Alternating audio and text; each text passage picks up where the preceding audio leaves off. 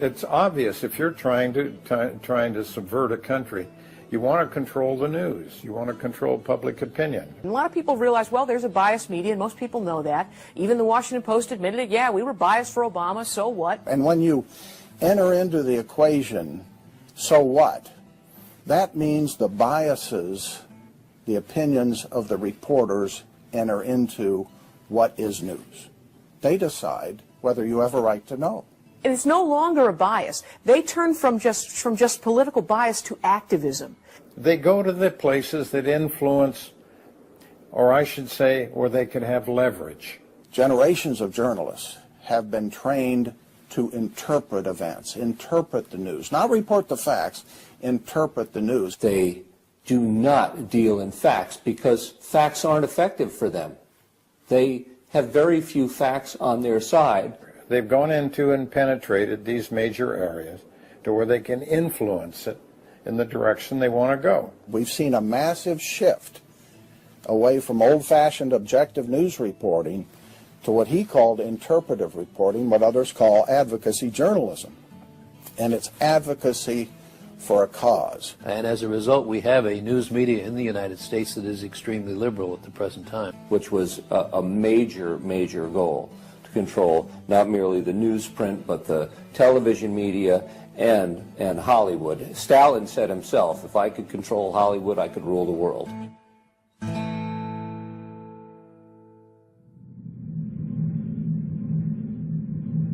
Children are always the first targets of anybody trying to bring down a system.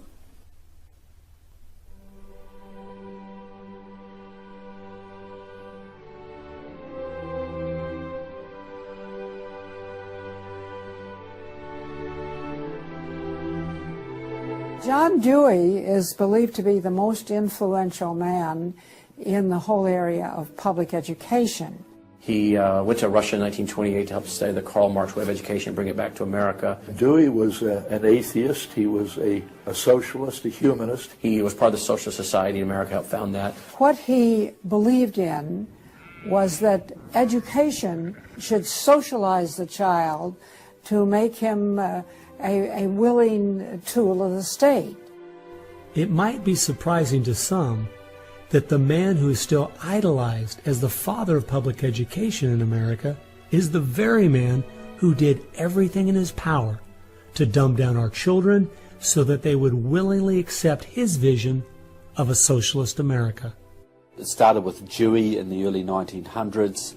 It expanded, really expanded since the 1960s. The hard left gets control of the teachers' unions and the training colleges. If you've got those two institutions, you can pretty much dictate all educational policy. The people who were demonstrating against our country and against our government in the 1960s have now become tenured professors in the universities.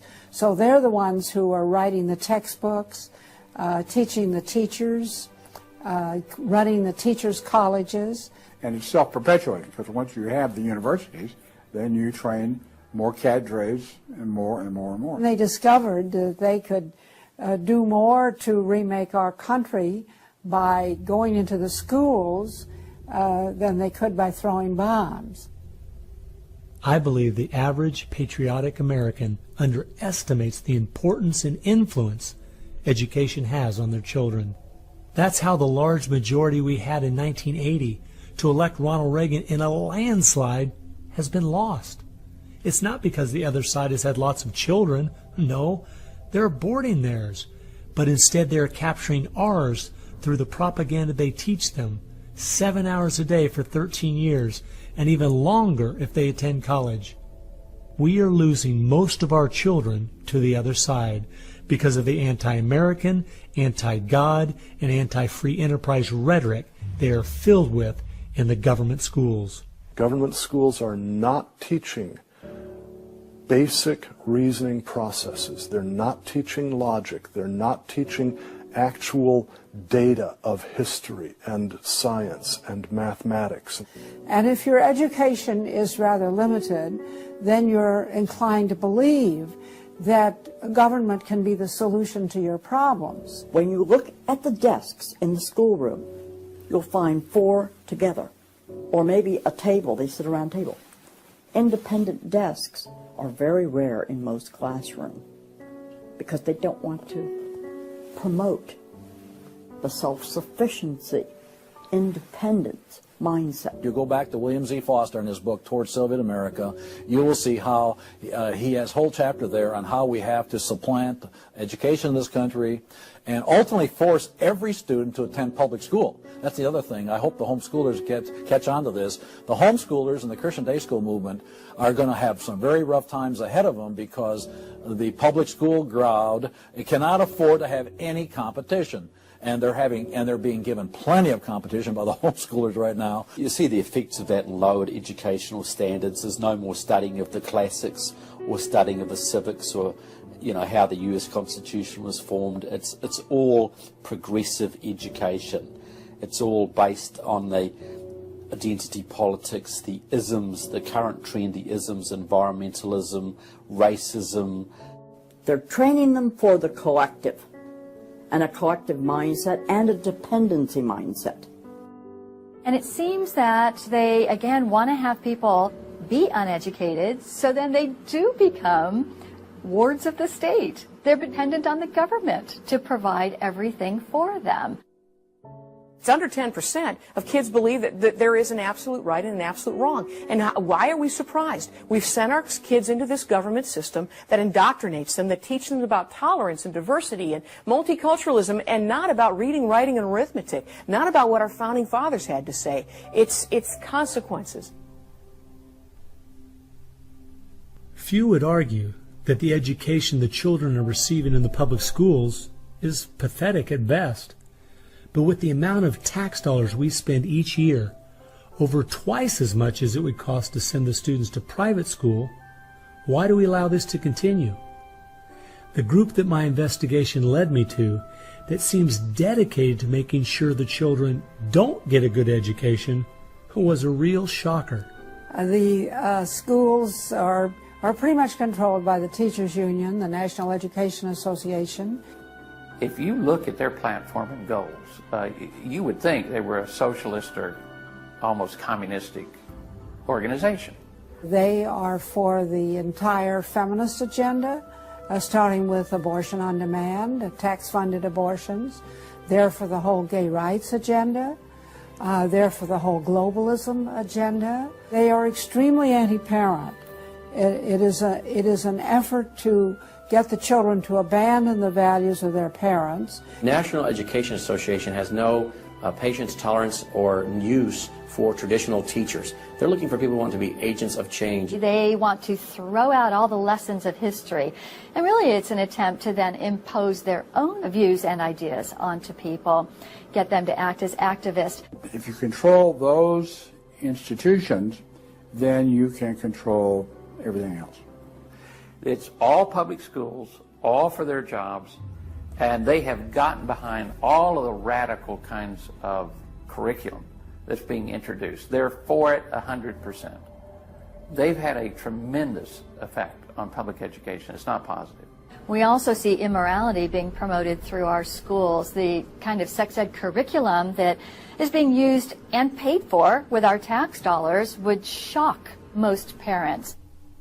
I think one of the main problems we face is parents naively thinking that the schools are the same today as they were when they were young.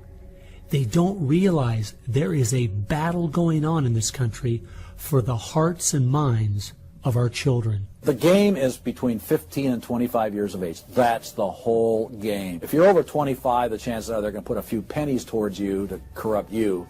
But their game right now is to corrupt the 15 to 25-year-olds or less. And right now they're down in the first grade with Heather has 2 mommies, Daddy's roommate, gay pride parade, and now by 8th grade they'll pass out condoms in school colors because that's so patriotic. And it's perfectly obvious that you get a hold of the child early, you can change his values away from his parents' values and get him to follow you. And they're very open about saying that. The National Education Association has passed resolutions saying they want children from birth. Isn't that interesting? The Communist Manifesto also thought the state should take control of children at birth. The left has always been good at disguising their real agenda by coming up with phrases made from words we are very familiar with, but then giving them new definitions. Social justice is the current phrase of choice and is being used to teach children the failed Marxist ideas of yesteryear are what they should strive for today. We see social justice curriculum today, which is the buzzword for communism, socialism, Marxism, which Bill Ayers is teaching. It's in many of our colleges, and the social justice curriculum is being taught in high schools all over the nation. Justice is good.